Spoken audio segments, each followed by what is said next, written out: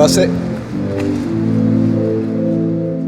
Ce qui m'a retenu dans la RAC, en fait, c'est le descriptif de tous les cours, où on explique vraiment que, ok, il y a de la théorie comme toutes les écoles musicales, mais ce qui m'a vraiment plu, c'est qu'il y a de la pratique.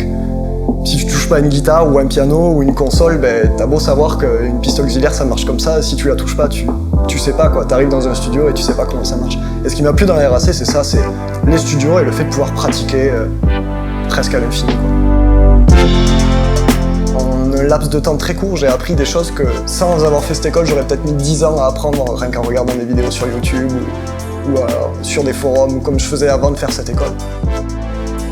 La RAC, on voit vraiment ça comme une confection de boîte à outils. Le live, c'est quelque chose qui s'apprend sur le tas, du stress de live et le fait d'être en retard, d'avoir la pression, d'avoir 3000 personnes qui sont dans la salle et qui attendent.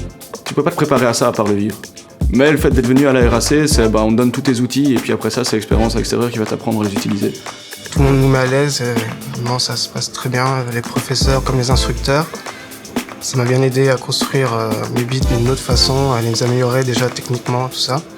On apprend tellement de choses nouvelles. Des fois, on n'imagine même pas qu'on pouvait faire ça d'une autre manière. Enfin, il y a 10 000 façons de faire la même chose, on va dire.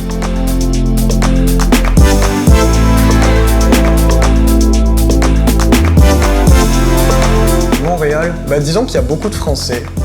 Oui, Julien, le Toulousain qui est avec moi, un musicien aussi qui a déjà fait des shows tout ça à Toulouse, m'a raconté un peu son parcours. Et non, c'est bien entendu tout de suite un peu les mêmes mentalités, il est assez ouvert d'esprit. J'aimerais dire que je me sens un peu chez moi, même si c'est pas chez moi. Ça m'a un peu étonné de voir que ma musique était quand même assez bien reçue, localement, disons, rien que dans la classe dans laquelle je suis. Ouais, Julien et Lionel, c'est des très très bons amis, là, surtout depuis quelques mois là maintenant. C'est le Rastarou. On travaille vraiment super bien et on n'a même pas besoin de se dire quoi faire, on sait exactement ce qu'on a chacun à faire pour que ça tombe bien. Et lui, il a une grande expérience en live. Il nous apprend beaucoup de choses quand même sur le domaine du live. Il a fait des tonnes et des tonnes de concerts, de festivals en Belgique. Maintenant, c'est vrai qu'il y a vraiment une très très bonne ambiance. Tout le monde est de bonne humeur. On n'est pas là pour se tirer des balles dans les pieds, se mettre des bâtons dans les roues. On est vraiment là pour s'entraider. On est une équipe, on veut tous arriver au même but. Et je pense que ça joue aussi dans le contexte d'études. Ça me pousse plus à me concentrer sur mes études et à ce que je veux faire de ma vie. Donc ça m'a fait plus réfléchir à mon futur plutôt qu'à mon présent.